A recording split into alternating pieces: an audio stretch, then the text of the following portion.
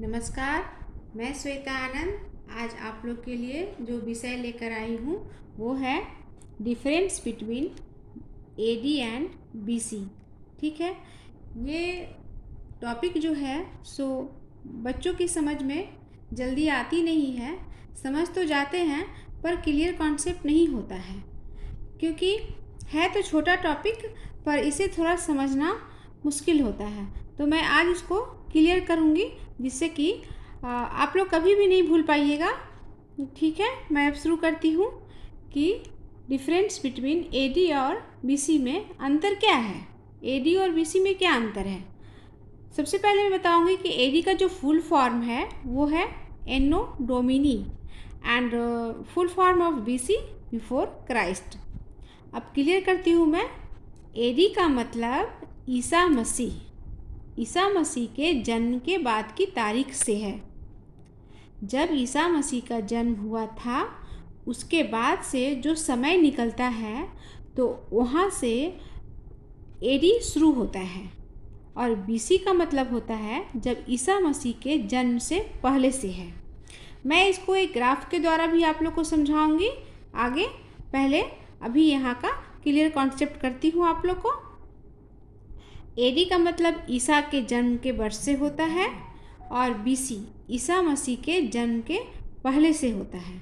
ईसा मसीह के जन्म के बाद जो समय होता है वो है आपका एडी और बीसी होता है ईसा मसीह के जन्म के पहले से। एडी ईसा मसीह के जन्म के बाद की तारीख है। एडी का दूसरा नाम सीई कॉमन एरा है, कॉमन एरा के नाम से भी जाना जाता है, जबकि बीसी का एक अन्य नाम बीसीई बिफोर कॉमन एरा है। अभी मैं जो आपको ग्राफ के जरिए बताऊंगी उससे आप लोग को बिल्कुल ही कॉन्सेप्ट जो है वो क्लियर हो जाएगा। ये है जीरो मानते हैं इसको, ये 0 साल जब ईसा मसीह का जन्म हुआ था। ठीक है, यहाँ पे आप लोग ध्यान दीजिए कि ये 0 वर्ष है, 0 ईयर है जब जीसस क्राइस्ट का जन्म हुआ था। तो जब जन्म हुआ था उनके पहले का जो समय हुआ 0 से लेकर के पहले के समय का जो अंतराल है वो बीसी कहलाता है, बिफोर क्राइस्ट। और जन्म के बाद का जो अंतराल है वो एडी कहलाता है। ध्यान से आप लोग सुनिएगा इस चीज़ों को। मान लिया कि जीसस क्राइस्ट का जन्म इस समय हुआ था, 0 वर्ष में हुआ था, तो हम समय को अंतर कैसे करेंगे कि अगर जीसस क्राइस्ट के पहले कितने वर्ष पहले, तो 500 वर्ष पहले जो भी कुछ भी हुआ, जो भी कहानियाँ बनी, जो भी हमारे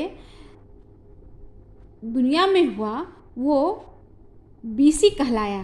तो 0 से पहले यहाँ से हम लेंगे तो 500 वर्ष पहले, तो before Christ, 500 years before Christ. समझ में आया? अगर 0 से अगर हम 100 वर्ष पहले की बात करते हैं तो वो हो जाएगा आपको 100 बीसी। ये क्लियर हो गया आप लोग को? 0 से पहले का जो समय अंतराल हुआ वो हो गया आपको बिफोर क्राइस्ट, जो भी समय आपका है, जो भी कुछ भी समय है। ठीक है।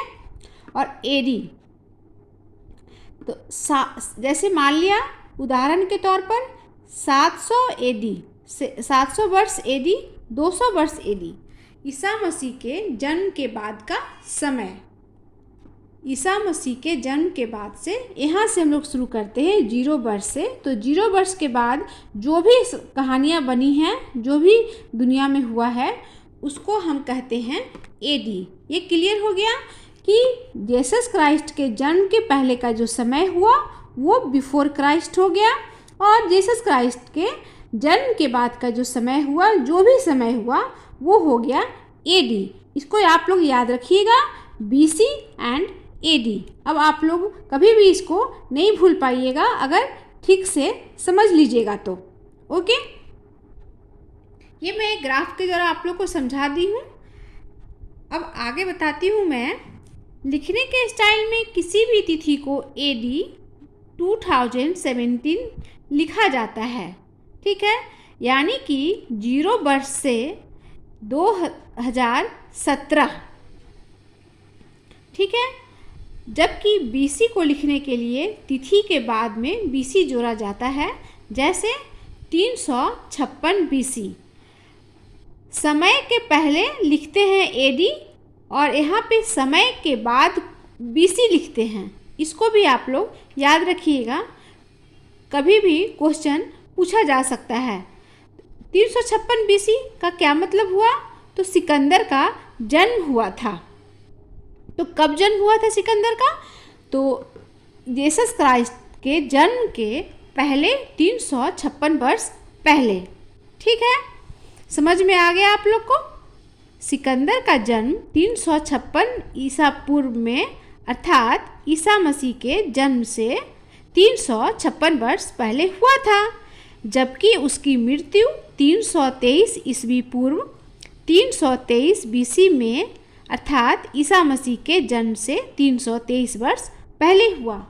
मुझे आशा है कि आप लोग को BC और AD में क्लियर हो गया होगा।